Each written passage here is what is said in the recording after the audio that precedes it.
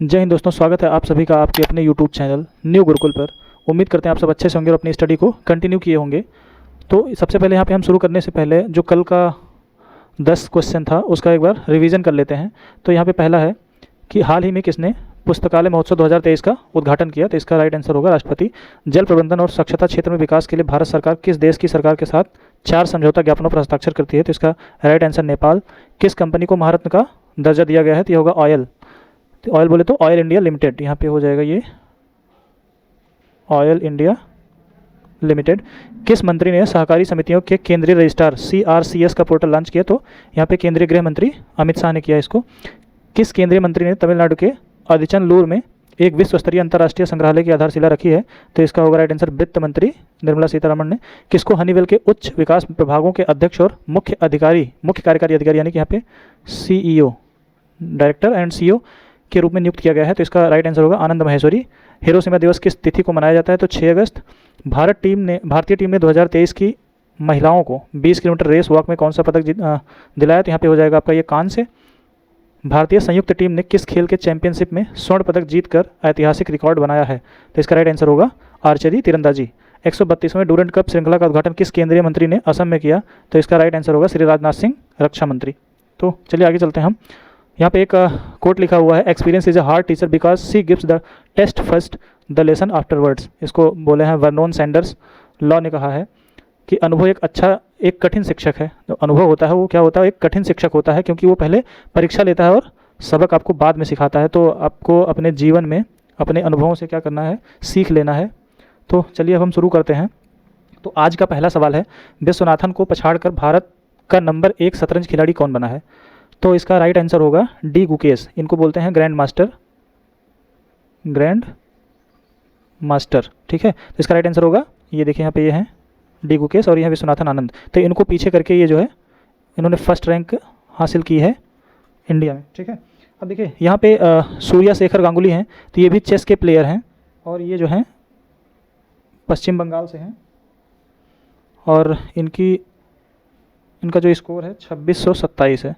अब देखो ये पश्चिम बंगाल के, तो यहाँ पे हम पश्चिम बंगाल से 2 चीज़ और देख सकते हैं कि पश्चिम बंगाल के CM, तो पश्चिम बंगाल की जो CM है वो हैं ममता दीदी यानी कि ममता बनर्जी। ठीक है, और यहाँ के जो गवर्नर हैं इनका नाम है CB आनंद बोस। ठीक है, तो देखिए हम यहाँ भी ऑप्शन है विदित गुजराती। तो जो विदित गुजराती हैं ये हैं महाराष्ट्र के और इनकी जो रैंक स्कोर है 2727 है। ठीक है, अब हम बात करते हैं महाराष्ट्र के CM। महाराष्ट्र के जो CM हैं वो एकनाथ शिंदे हैं और जो महाराष्ट्र के गवर्नर हैं उनका नाम है रमेश बैस।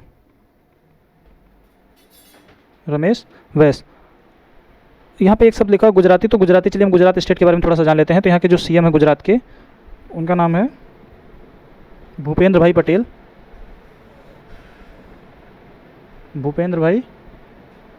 पटेल और यहाँ के जो गवर्नर हैं आचार्य देवव्रत।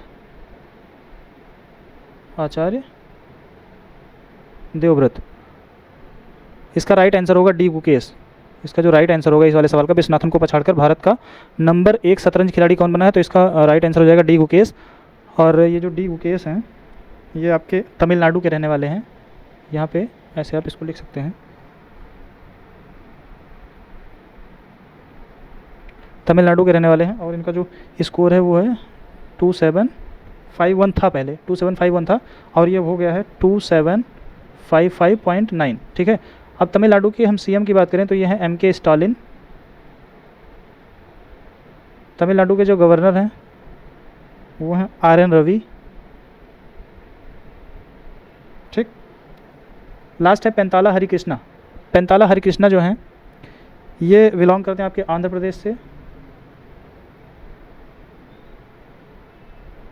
प्रदेश से और इनका जो स्कोर है वो आपका है 2717। अब देखिए आंध्र प्रदेश के जो CM हैं उनका नाम है YS जगन मोहन रेड्डी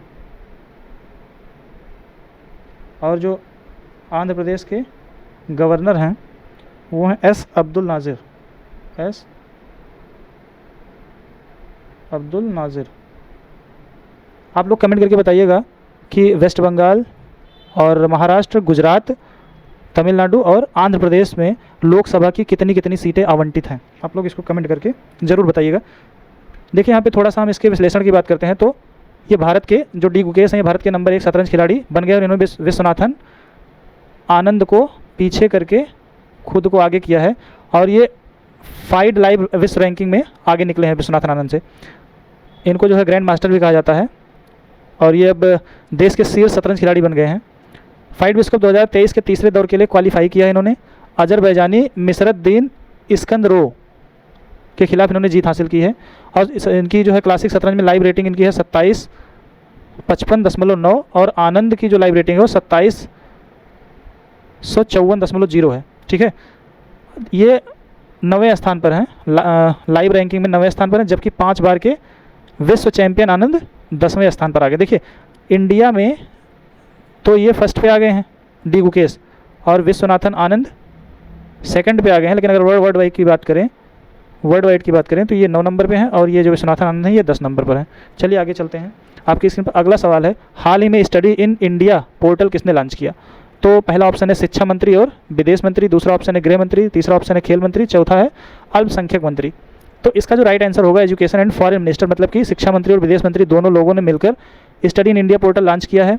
अब देखिए जो शिक्षा मंत्री हैं उनका नाम है धर्मेंद्र प्रधान और जो फॉरेन मिनिस्टर हैं उनका नाम है डॉक्टर एस जयशंकर। ये हैं डॉक्टर एस जयशंकर, देखिए यहाँ पे ये हैं डॉक्टर एस जयशंकर और ये हैं इधर धर्मेंद्र प्रधान। ठीक है, गृह मंत्री हैं आपके अमित शाह जी, खेल मंत्री अनुराग ठाकुर और अल्पसंख्यक मंत्री जो हैं ये हैं आपकी स्मृति जुबिन ईरानी, स्मृति जुबिन ईरानी।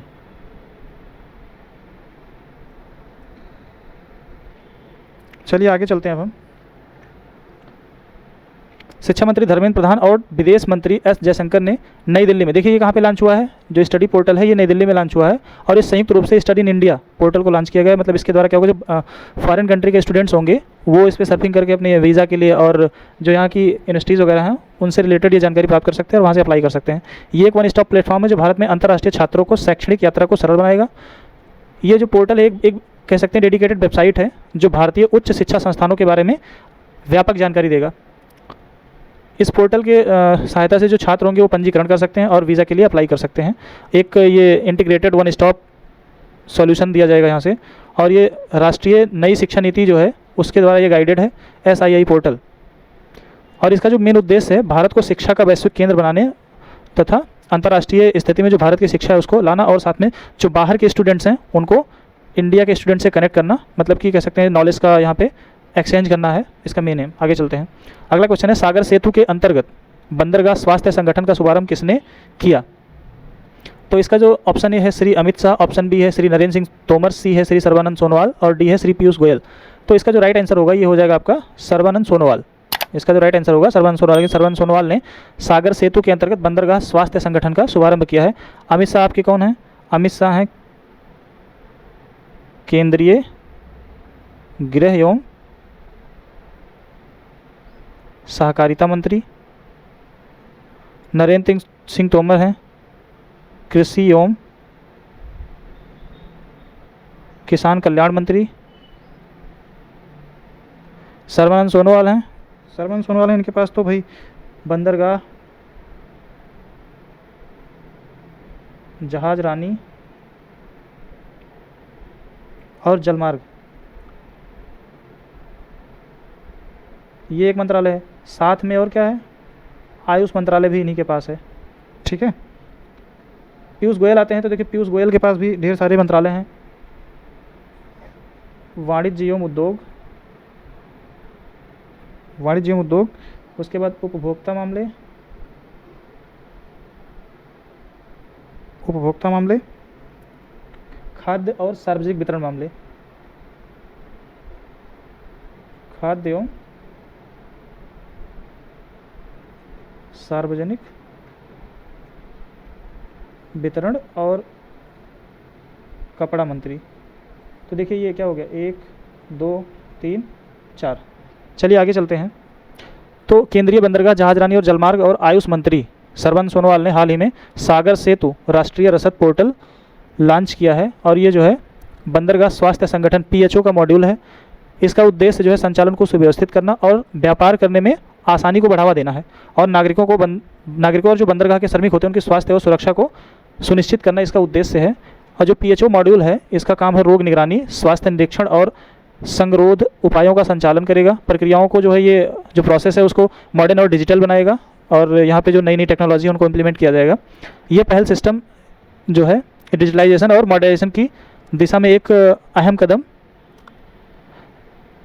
का प्रतिनिधित्व करेगी और व्यापार करने में बढ़ावा देगी। अगला क्वेश्चन है, बाल्टिक सागर में ओशन शील्ड 2023 अभ्यास किस देश ने शुरू किया है? तो यहाँ पे बाल्टिक सागर की बात की जा रही है कि जो बाल्टिक सी है वहाँ पे ओशन शील्ड 2023 ओशन शील्ड 2023 किसने किया है शुरू? तो ऑप्शन है USA, बी है फिनलैंड, सी है लिथुआनिया और डी है रसिया। तो इसका जो राइट आंसर होगा वो आपका ये रसिया हो जाएगा कि रसिया ने जो है बाल्टिक सागर में ओपन शील्ड 2023 अभ्यास शुरू कर दिया है। अब देखिए अमेरिका की बात करते हैं। सबसे पहले यहाँ पे हम USA की बात करते हैं।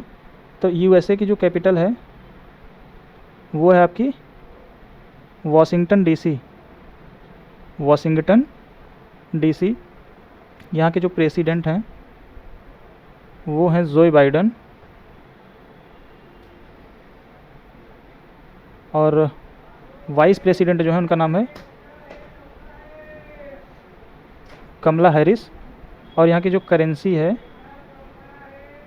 वो है डॉलर। फिनलैंड की बात करें तो फिनलैंड की जो कैपिटल है हेलेंसिकी है। यहाँ के जो PM हैं उनका नाम है पेट्री ऑर्पो,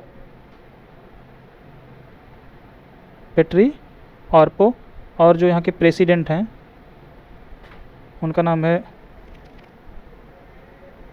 साउली निनिस्तो। तो ये जो है पाउली निनिस्तो जो हैं यहाँ के फिनलैंड के प्रेसिडेंट हैं। फिनलैंड की जो करेंसी है वो है आपकी यूरो, ठीक है। लिथुआनिया की बात करें तो जो लिथुआनिया है इसकी जो कैपिटल है वो आपकी हो जाएगी विल्नियस, और यहाँ के जो प्रेसिडेंट हैं इनका नाम है गीतानास नौसेडा, और यहाँ के जो PM का नाम है इनग्रिडा सिमोनाइट, ठीक। करेंसी यहाँ की भी यूरो ही है, ठीक। अब देखिए रसिया की बात करते हैं। तो जो रसिया की जो कैपिटल है वो है मॉस्को। रसिया की कैपिटल क्या है? मॉस्को है। यहाँ के जो प्रेसिडेंट साहब हैं जो अभी काफ़ी दिनों से आतंक मचाए हुए उनका नाम है व्लादिमीर पुतिन। जो यहाँ के PM हैं उनका नाम है मिखाइल मिशुस्तिन,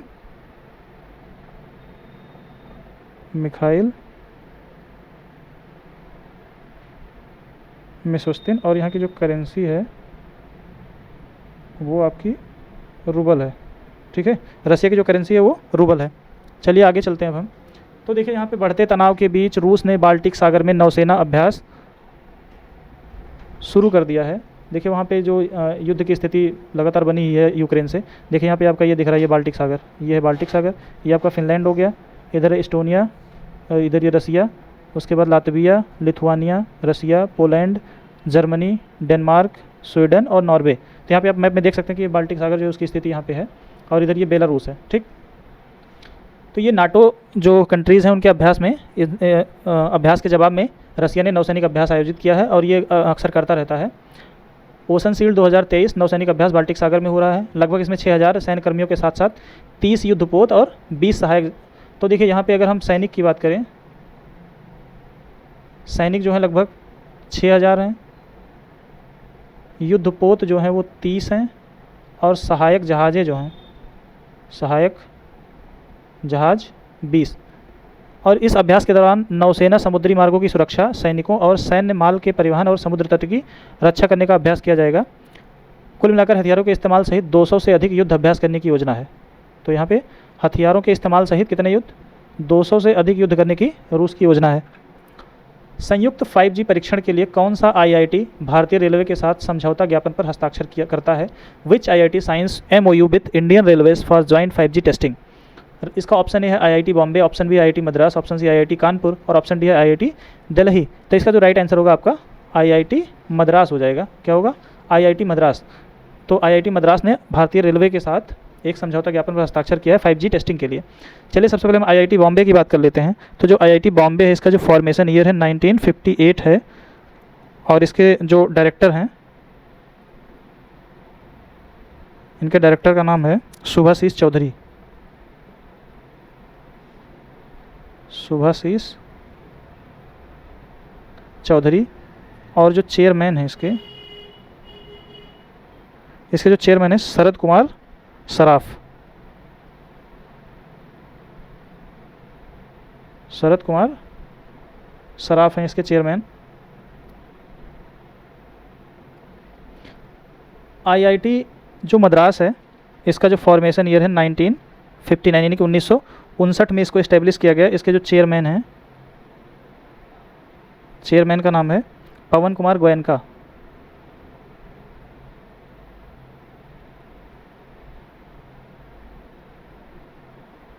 और जो डायरेक्टर हैं professor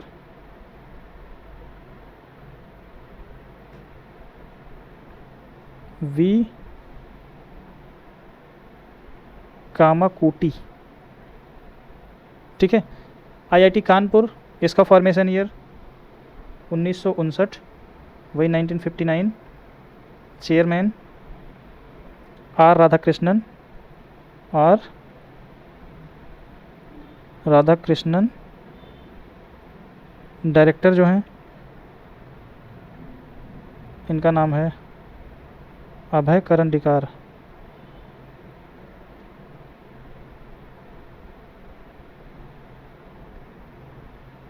IIT Delhi formation year 1961 1961 में, और इसके जो चेयरमैन हैं वो हैं R चिदम्बरम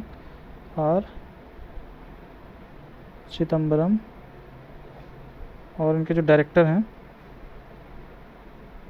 रंगन बनर्जी। चलिए एक बार फिर से यहाँ रिपीट कर लेते हैं। IIT Bombay formation year 1958, director हैं सुभाशीष चौधरी, चेयरमैन हैं Sharad Kumar Saraf. IIT Madras formation year 1959, chairman Pawan Kumar Goenka और डायरेक्टर हैं professor V Kamakoti. IIT Kanpur formation year 1959, chairman R Radhakrishnan और डायरेक्टर हैं अभय करंडीकर।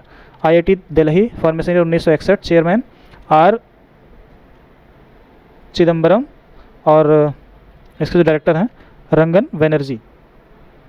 तो देखिए, रेल मंत्रालय के तहत भारतीय रेलवे, सिग्नल इंजीनियरिंग और दूर संचार संस्थान और IIT मद्रास ने भारत में 5G परीक्षण स्थापित करने के लिए एक समझौता ज्ञापन पर हस्ताक्षर किया। तो देखिए यहाँ पे जो भारतीय रेलवे के सिग्नल इंजीनियरिंग और दूर संचार संस्थान है IRISET,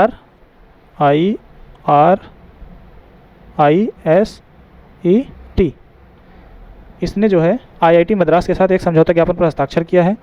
और ये जो है 5G का उपयोग भारतीय रेलवे के परीक्षण के लिए सिकंदराबाद में IRISET में होगा। ठीक। 5G समाधान और परीक्षण प्लेटफॉर्म को MENTY यानी कि MENTY IIT Bombay, society for applied microwave electronics engineering and research SAMEER के तहत centre for wireless technology CEWT और IIT कानपुर द्वारा संयुक्त रूप से विकसित किया गया है। इसके अलावा कार्यक्रम IIT मद्रास को सोसाइटी ऑफ इंफॉर्मेशन टेक्नोलॉजी के माध्यम से भी चलाया जाता है। अगला क्वेश्चन है, अरुणाचल प्रदेश सरकार ने किस केंद्रीय मंत्रालय के साथ समझौता ज्ञापन पर हस्ताक्षर किया है? अरुणाचल प्रदेश ने किस केंद्रीय मंत्रालय के साथ समझौता ज्ञापन पर हस्ताक्षर किया है? तो यहाँ पे पहला है शिक्षा मंत्री, दूसरा है गृह मंत्री, तीसरा है खेल मंत्री और चौथा है यहाँ पे अल्पसंख्यक मंत्री। तो देखिए इसका जो राइट आंसर हो जाएगा वो आपका हो जाएगा शिक्षा मंत्री, यानी कि जो केंद्रीय शिक्षा मंत्रालय है उसने जो है अरुणाचल प्रदेश के साथ एक MOU साइन किया है। तो देखिए अब सबसे पहले फिर वही बात आती है कि शिक्षा मंत्रालय का मिनिस्टर कौन है, तो यहाँ पे हो जाएगा आपका धर्मेंद्र प्रधान। गृह मंत्रालय अमित शाह। खेल मंत्रालय अनुराग ठाकुर। और अल्पसंख्यक मंत्रालय स्मृति जुबिन ईरानी। ठीक है, आगे चलते हैं। तो यहाँ पे देखिए जो अरुणाचल प्रदेश है उसने 2 MOU साइन किया है। अरुणाचल प्रदेश ने जो एजुकेशन मिनिस्ट्री है उससे 2 MOU साइन किया है। पहली है आपकी ये PM उषा और दूसरी है PM ई विद्या। ठीक है, तो पहला समझौता ज्ञापन नए लॉन्च किए गए PMUSH यानी कि PM उषा प्रधानमंत्री उच्चतर शिक्षा अभियान के कार्यान्वयन के लिए, जिस पर राज्य के उच्च और तकनीकी शिक्षा निदेशालय की ओर से हस्ताक्षर किए गए हैं। तो यहाँ पे देखना है कि यहाँ पे जो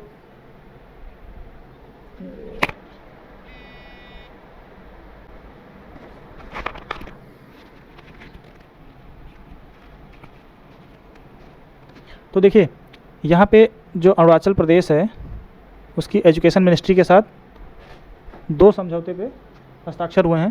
पहला जो था, पहला ये PM उषा यानी कि प्रधानमंत्री उच्चतर शिक्षा अभियान के तहत यहाँ पे जो अरुणाचल प्रदेश राज्य के जो उच्च तकनीकी शिक्षा निदेशक और दूसरी तरफ ये जो PM ई विद्या है, PM ई विद्या, इसके लिए अरुणाचल प्रदेश की जो state council for educational research training, state council for state educational research training SCERT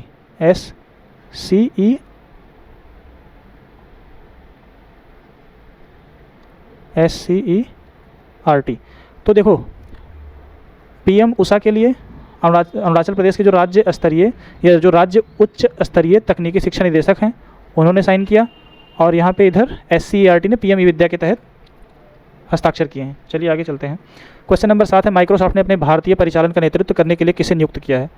option A है कल्याण कृष्णमूर्ति, ऑप्शन बी है ND जेस्सी, ऑप्शन सी है पुनीत चंडोक और डी है ली ब्यूंगचुल।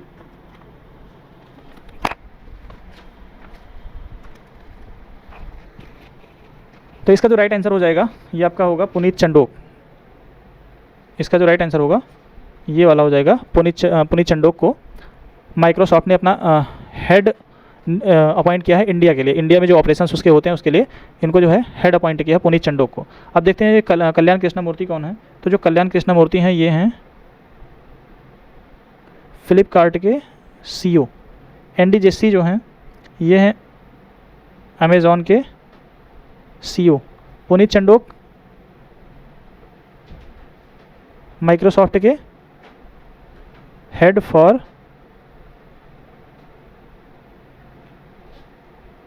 जो उसके इंडिया में ऑपरेशन होते हैं उसके लिए। ठीक है, ली ब्यूंगचुल जो हैं ये हैं सैमसंग ग्रुप के चेयरमैन। अब देखिए पूर्व AWS कार्यकारी, ये जो है पहले AWS करके आप लोग कमेंट करके बताइए कि AWS क्या चीज़ है। तो जो AWS के ये पहले CEO थे पुनीत चंडोक, इनको माइक्रोसॉफ्ट ने अगस्त 2023 में भारत और दक्षिण एशिया के कॉर्पोरेट वाइस प्रेसिडेंट के रूप में नियुक्त किया गया है। कहाँ के लिए? साउथ एशिया कॉर्पोरेट के लिए इनको वाइस प्रेसिडेंट अपॉइंट किया गया है। ये माइक्रोसॉफ्ट की कार्यान्वयन को दक्षिण एशियाई देशों में, अब देखिए इसमें दक्षिण एशियाई देश में बांग्लादेश हो जाएगा, भूटान, मालदीव, नेपाल, श्रीलंका शामिल है। और ये जो है सेंट्रलाइजेशन या फिर इंटीग्रेशन के लिए एक ये रिस्पॉन्सिबल होंगे। और इनका जो मुख्य कार्य होगा वो जनरेटिव AI तकनीक को यूज़ करके जो है ग्राहक केंद्रित दृष्टिकोण को बनाए रखना है। भारत में एशिया में मैकेंसी के साथ भी इन्होंने अहम भूमिका निभाई थी। तो आपको क्या करना है, AWS और मैकेंसी के बारे में कमेंट बॉक्स में बताना कि ये क्या है। आप लोग गूगल करिएगा, विकिपीडिया करिएगा। चलिए आगे चलते हैं।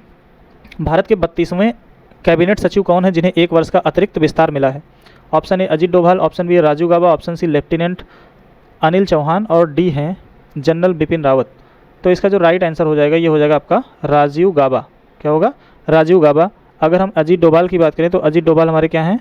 ये NSA हैं, यानी कि नेशनल सिक्योरिटी एडवाइज़र, राष्ट्रीय सुरक्षा सलाहकार। ठीक है। राजीव गाबा जो हैं ये हैं कैबिनेट सेक्रेटरी और इनका 1 वर्ष का कार्यकाल फिर से एक्सटेंस किया गया है। लेफ्टिनेंट अनिल चौहान जो हैं ये हैं CDS, इंडिया के सेकंड CDS हैं। और जनरल बिपिन रावत ये जो है इंडिया के फर्स्ट CDS थे जिनका हेलीकॉप्टर क्रैश में डेथ हुई थी। तो इनकी डेथ के बाद लेफ्टिनेंट अनिल चौहान को CDS बनाया गया। ठीक है। अब देखिए, व्यक्तिगत मामले के आदेश के अनुसार सरकार ने कैबिनेट सचिव राजीव गौबा को 1 साल की विस्तार स्वीकृत किया, जिसे 30 अगस्त 2023 के पार बढ़ गया। तो 30 अगस्त को ये क्या हो रहे थे? रिटायर हो रहे थे, लेकिन फिर 1 साल के लिए बढ़ा दिया गया। तो ये इनका जो है कार्यकाल बढ़ गया है। और इस तरह का इनका जो है तीसरी बार इनका विस्तार किया गया है। पहले 1 बार हुआ, फिर 2 बार हुआ, अब की तीसरी बार इनका विस्तार किया गया कार्यकाल का। और ये जो है 1982 में IAS 1982 में झारखंड कैडर के IAS रहे हैं। ये झारखंड के IAS हैं। और 2019 में ये थे पूर्व केंद्रीय गृह सचिव थे। ठीक। 2021 में 1 साल का इनको विस्तार मिला था और उसके बाद फिर पिछले वर्ष भी 1 साल का विस्तार मिला था और 1 साल का फिर मिल गया। तो इस तरह इनका जो है ये तीसरी बार विस्तार हुआ है। क्वेश्चन नंबर 9 है, हाल ही में किस मराठी कवि का 80 वर्ष की आयु में निधन हो गया? तो ये हैं doctor Sukma Acharya, option A. Option B है नामदेव धोंधो महानोर, सी है श्री प्रेमजीत बर्जा और डी है श्री खादर वल्ली दुदेकुला। तो इसका जो राइट आंसर होगा ये हो जाएगा नामदेव धोंधो महानोर। ये 80 वर्ष की आयु में इनकी डेथ हुई है और ये मराठी कवि हैं। मराठी बोले तो महाराष्ट्र के रहने वाले हैं। ठीक है। अब देखिए, सुकमा आचार्य जो हैं इनको मिला है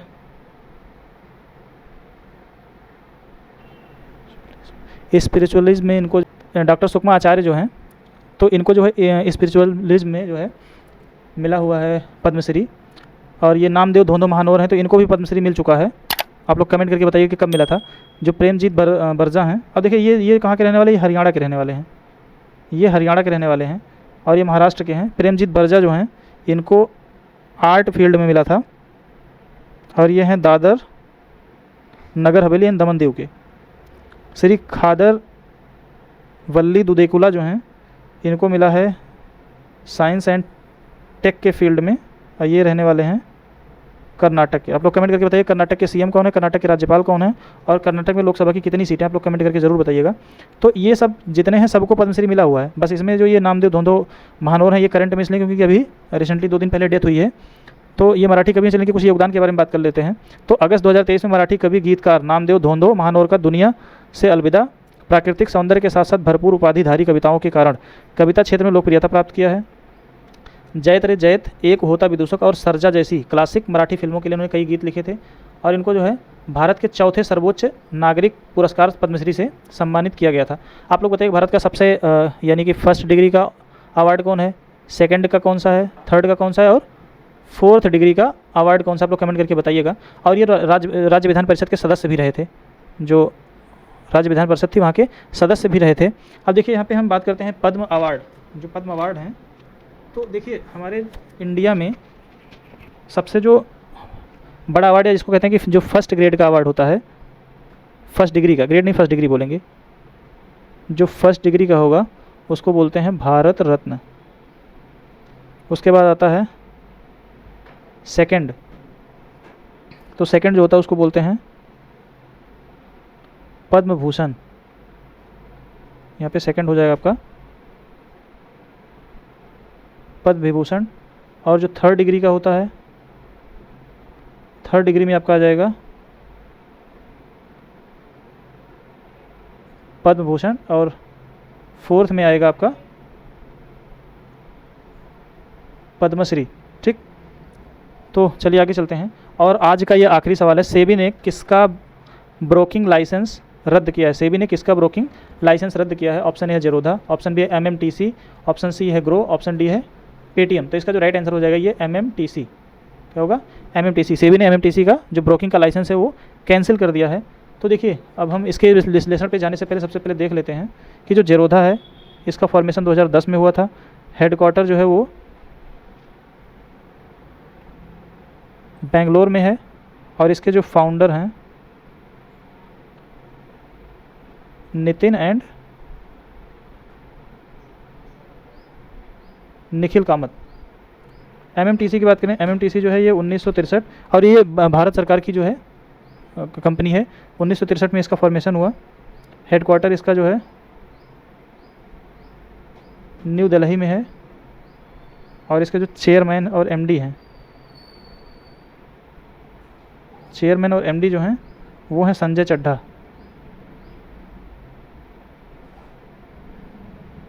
संजय चड्ढा।